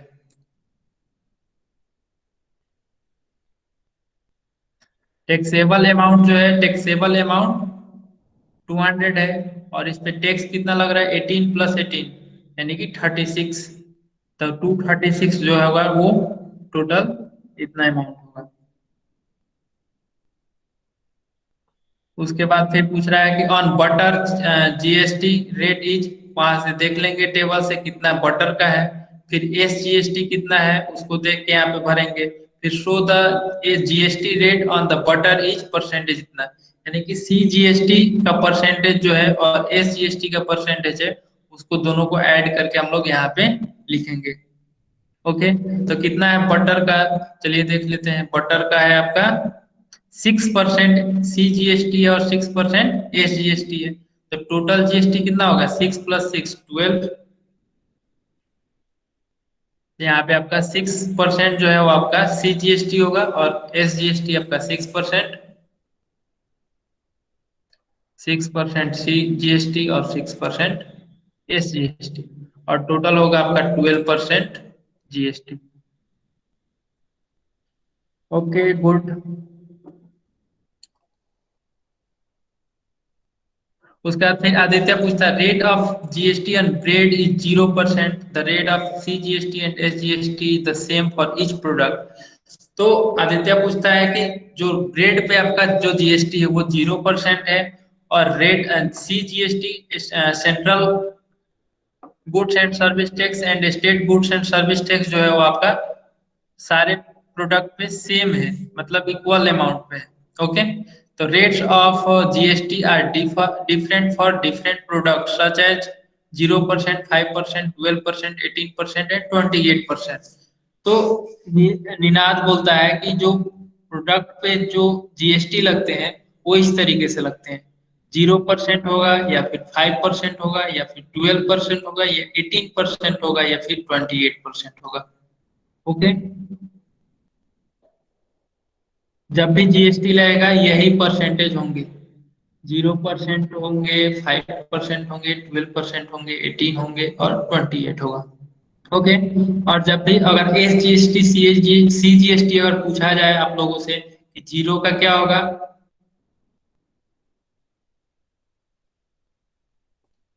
जीरो का एस जीएसटी क्या होगा,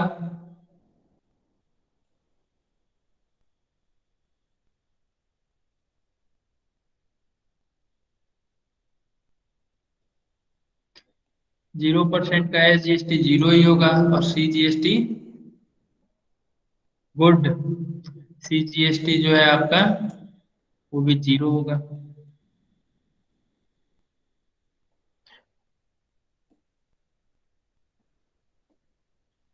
उसका 5% जो है जीएसटी है, उसमें एस जीएसटी कितना होगा 5% का, 5% जीएसटी है तो एस जीएसटी कितना होगा 2.5%।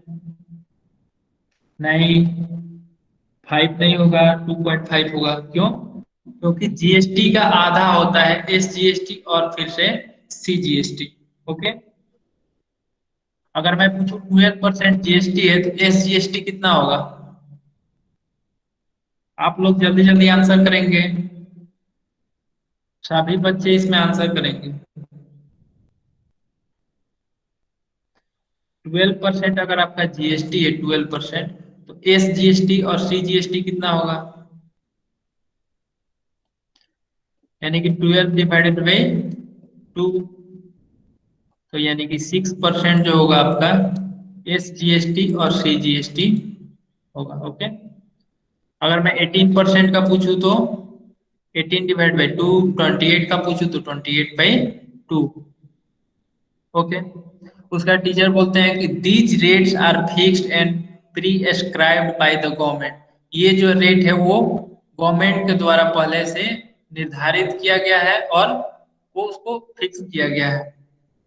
Now let us observe the text invoice of service provided. Fill in the blanks with the help of given information. तो चलिए अब देखते हैं कि किस पे कितना परसेंटेज आपका टैक्स है और जो खाली है उसको हमको भरना है। ओके।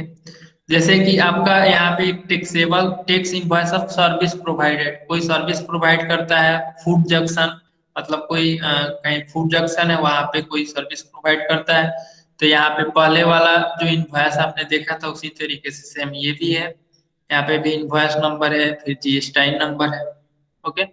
और फिर इनवॉइस डेट यहाँ पे है। और उसके बाद यहाँ पे फूड आइटम्स दिया हुआ है और एसएससी है यहाँ पे। वहाँ पे एचएसएन था, यहाँ पे एसएससी था।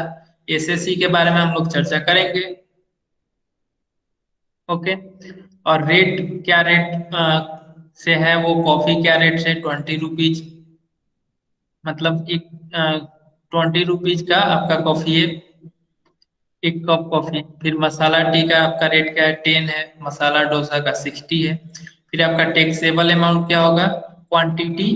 क्वांटिटी और रेट को मल्टीप्लाई करते हैं तो आपको क्या मिलता है, टैक्सेबल अमाउंट।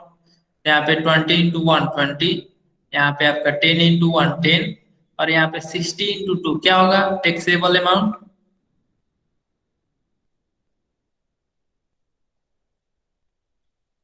60 × 2 होगा तो 120 होगा। Okay good. तो यहाँ पे आपका टैक्सेबल अमाउंट जो होगा 120 होगा। अब जैसे सीजीएसटी है, तो सीजीएसटी आपका 2.5% है।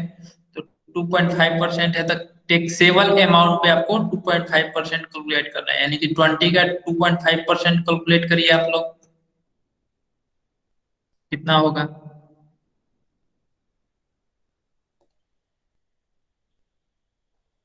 20 ऑफ 2.5, यानी कि 2.5/100।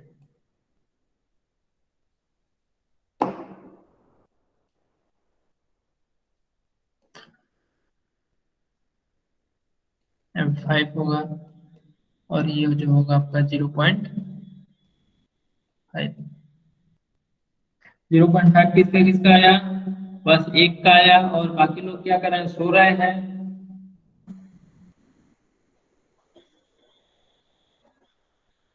ओके, दो लोगों ने आंसर किया है।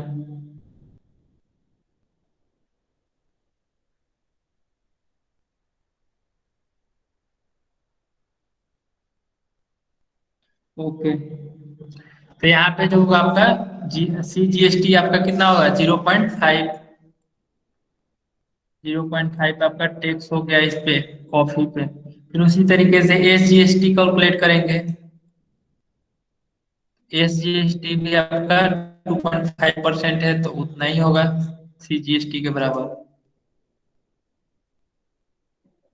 उसी तरीके से मसाला टी का है, तो मसाला टी में आपको यहाँ पे आपको CGST का रेट नहीं दिया हुआ है, तो क्या करेंगे, यहाँ पे दिया हुआ है ना SGST में। SGST में 2.5% है, तो यहाँ पे भी आपका 2.5 होगा, क्योंकि हम जानते हैं कि CGST और SGST दोनों इक्वल होता है, same as CGST। Okay good. तो फिर हम लोग यहाँ पे 2.5 होगा, और हम लोग क्या करेंगे, यहाँ से CGST कैलकुलेट करेंगे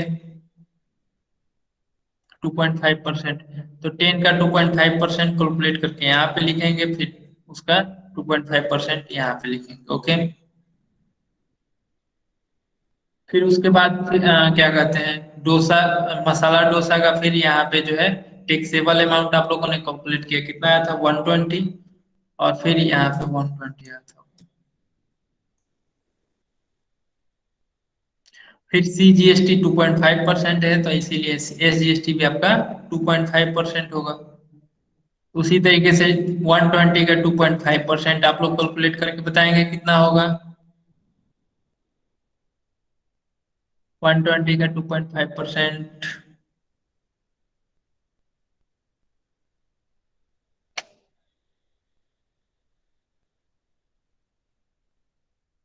3। तो आपका 3 जो होगा आपका टैक्स हो जाएगा। ओके। और फिर GST का टैक्स भी 3 होगा।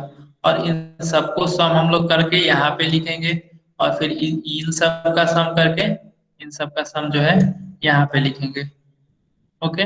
और ये जो है यहाँ पे, मतलब इसका सम करके लिख सकते हैं, या फिर इसको ऐसे रख दें। फिर उसके बाद ग्रांड टोटल जो होगा वो आपका ये टैक्सेबल अमाउंट, फिर आपका CGST का टैक्स जो है वो टोटल अमाउंट यहाँ का, फिर SGST का टैक्स होगा यहाँ पे, फिर इन तीनों का सम जो होगा वो आपका ग्रांड टोटल होगा। ओके, तो ये आशा करता हूँ कि ये आप लोग फिल कर लेंगे अब। ओके,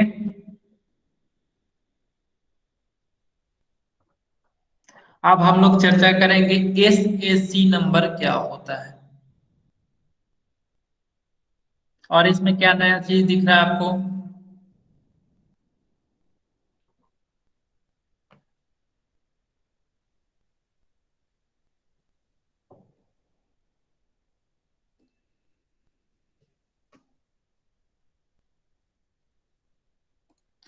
तो देखिए, compare both goods and service tax invoices and find the difference in the code. यहाँ पे SAC में आपका कोड क्या है, और फिर आपको मैं लेके चलता हूँ यहाँ पे HSN कोड में क्या है। HSN कोड में बड़ा कोड है, कोई छोटा कोड है। ओके, यहाँ पे फूड आइटम है, ये 4 डिजिट का कोड है, और ये सब 6 डिजिट का कोड है। ओके, तो इन दोनों में थोड़ा सा डिफरेंस है। वो क्या डिफरेंस है, पैट्रिक बोलते हैं कि in the tax invoice for goods there is HSN code, while in service voice there is SAC। ठीक है, जो हम लोग गुड्स में जो आप लोग इनवॉइस देखेंगे उसमें आपका HSN कोड होता है, और जो सर्विस में होगा, जैसे यहाँ पे आपका फूड आइटम है, ठीक है, तो फूड आइटम मतलब फूड जंक्शन है, वहां पे आपको HSC यानी कि ये सर्विस प्रोवाइड करता है। ठीक है, जैसे आप लोग बस पे ट्रेवल करते हैं, वो क्या करता है, आपको सर्विस प्रोवाइड करता है। या फिर आप लोग होटल में खाना खाते हैं, वहां पे भी आपको वो सर्विस प्रोवाइड करता है, तो वहां पे वो सबका SAC नंबर होगा। Service are also classified and special code number are given.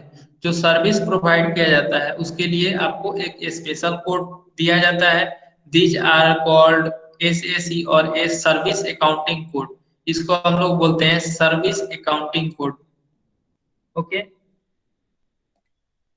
अब हम लोग देखेंगे कि कौन कौन से गुड्स हैं या सर्विस हैं, उस पे कितना टैक्स लगता है, GST लगता है। ओके, ये काफी इंटरेस्टिंग चीज है। आप लोग देखिए, जैसे जीरो रेटेड कौन कौन सा है, rate of GST 0%, goods and service item list.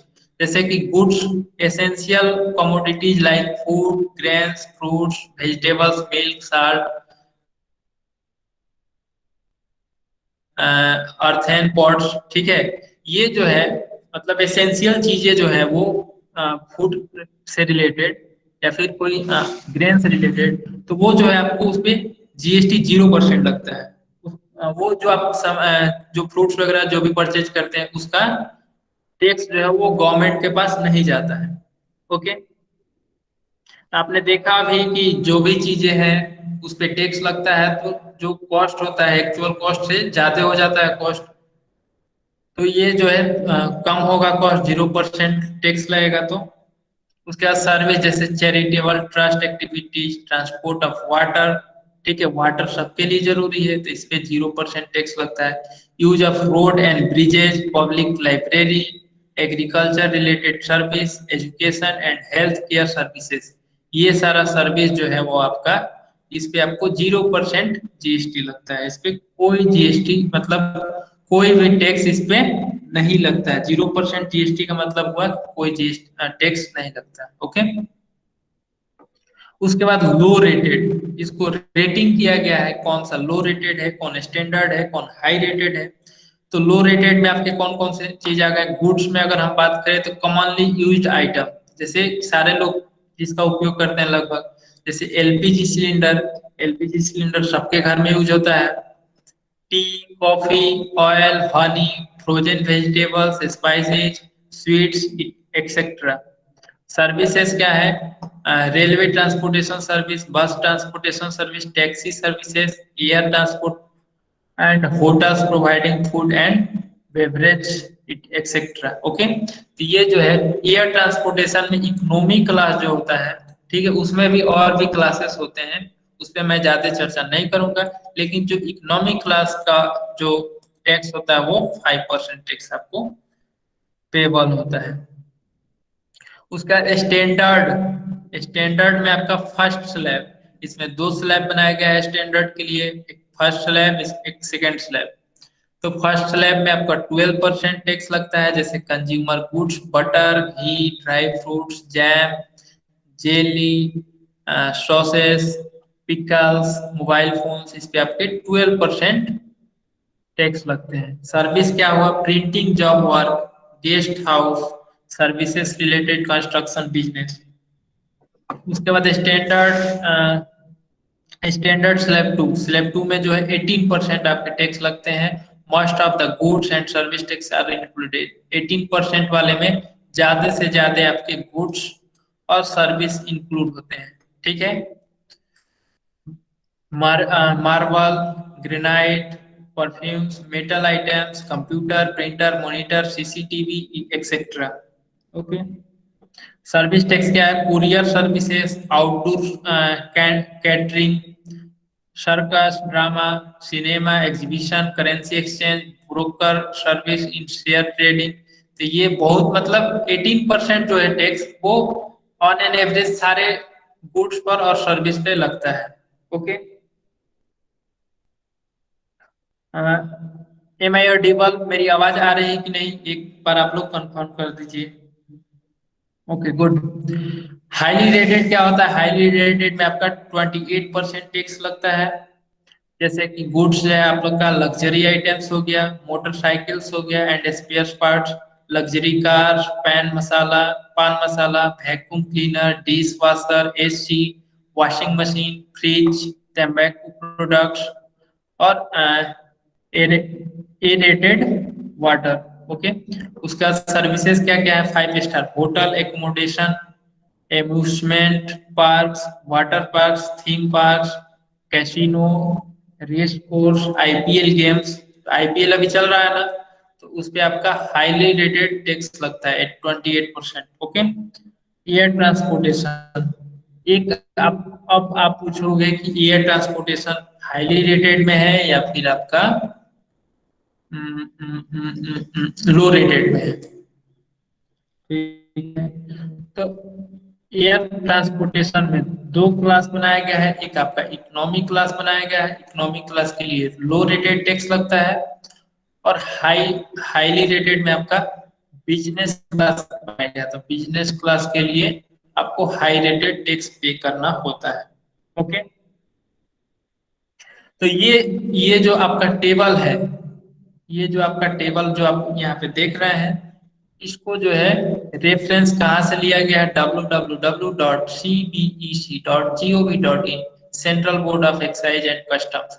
मतलब जो सेंट्रल बोर्ड ने एक पैमाना तय किया है और उसको अपने वेबसाइट पे cbec.gov.in पे उसने इसको रखा है, ठीक है, तो इसको वहां से लिया गया है।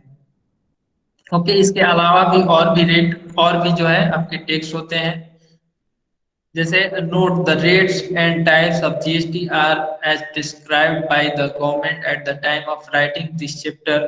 ठीक है, और इस चैप्टर को जब हम लोग लिखा गया है उस समय का जो टैक्स लगा है, टैक्स था, उसके हिसाब से इसमें आपको दिया गया है। GST rates are subjected to change. ठीक है, जीएसटी रेट जो है वो चेंज भी हो सकता है। जैसे यहाँ पे आपका जो यहाँ पे चीज दिया हुआ है टेबल में, वो हो सकता है अभी चेंज हो जाएगा। जैसे ये जब किताब, ये जो आपका बुक जो है जब प्रिंट हुआ है, तब का ये सारा, उस समय ये सारा टेक्स्ट जो है वो प्रैक्टिस में था। ओके, उसका electricity, petrol, diesel, ETC are not under purview of GST. और इलेक्ट्रिसिटी, पेट्रोल, डीजल जो है वो आपके जीएसटी के अंदर नहीं आता है। ठीक है, इसको दूसरे मेथड से वो लोग इसका उपयोग करते हैं। जब आप लोग हायर क्लास में पढ़ेंगे तो इसके बारे में अधिक जानकारी प्राप्त होगा आप लोग। उसका एक्टिविटी 1 है, ठीक है, तो इसमें आपको आप लोग करेंगे इसको एक्टिविटी 1 2 3 4 को। जैसे कि ये आपको लिस्ट बनाना है आपके घर में, जैसे स्केच बुक है, कंपास बॉक्स है, और भी जो भी आपके घर पे बहुत सारे सामान होंगे, गुड्स होंगे, तो उसको इस लिस्ट में रखेंगे और लिस्ट में रख के फिर इस ये टेबल जो है, इस टेबल से कंपैरिजन करेंगे कि कौन से सामान का कितना परसेंट जो है आपका जीएसटी चार्ज लग रहा है। ओके, तो ये आपका उस तरीके से भरना है। उसी तरीके से ये आपका सर्विस है, रेलवे बुकिंग का, कुरियर सर्विसेज है। उसी तरीके से और भी बहुत सारे सर्विसेज जो हम लोगों ने अभी पढ़ा है, उसमें से आप लोग सेलेक्ट करके इसमें भर के और उसका रेट जो है वो यहाँ पे आपको टेबल में लिखना है। उसके बाद एक्टिविटी 3 आपका क्या है, इसको एक्टिविटी 3 को हम लोग नेक्स्ट क्लास में करेंगे। ओके, एक्टिविटी 3 4 आप लोग इसको एक बार देखेंगे, करेंगे, नहीं होगा तो फिर मैं इसको अगले क्लास में डिस्कस करूंगा। ओके, अभी तक किसी को कोई डाउट? मैं 9:35 में क्लास क्लोज करूंगा।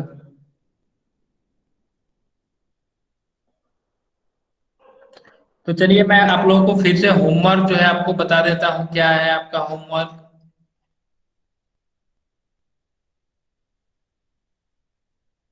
होमवर्क मैं फिर से रिपीट कर देता हूँ। होमवर्क जो है आपका प्रैक्टिस सेट 3.4, आप लोग नोट कर लीजिए इसको जल्दी से।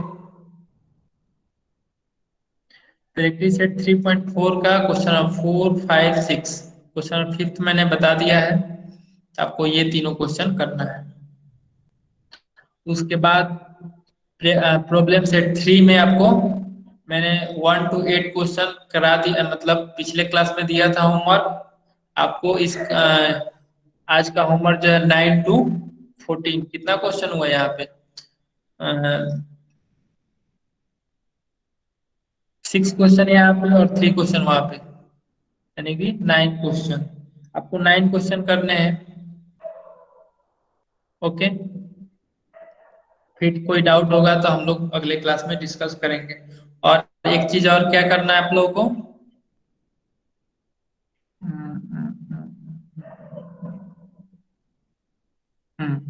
ये एक्टिविटी 1 और 2 को करना है कैसे?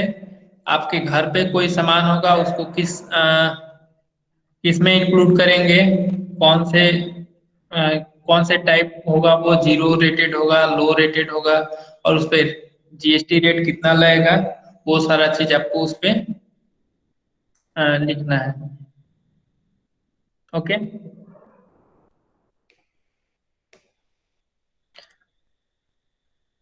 एनीवन हैव एनी डाउट तो वो पूछ सकते हो, बाकी बात और लोग जा सकते हैं। Goodbye, good night, thank you everyone.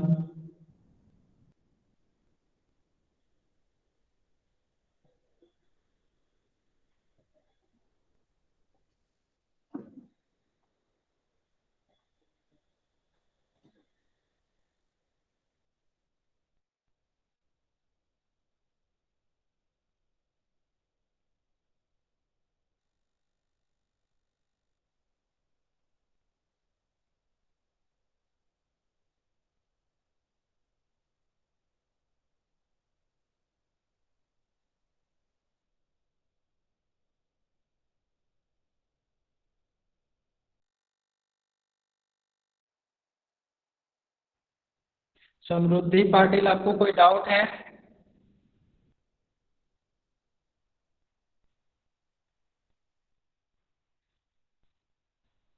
आप क्लास में हो? समृद्धि,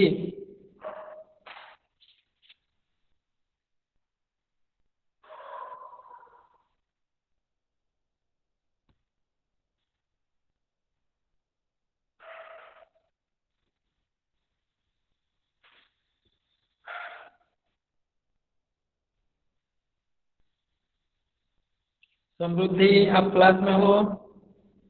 मेरी आवाज आ रही है?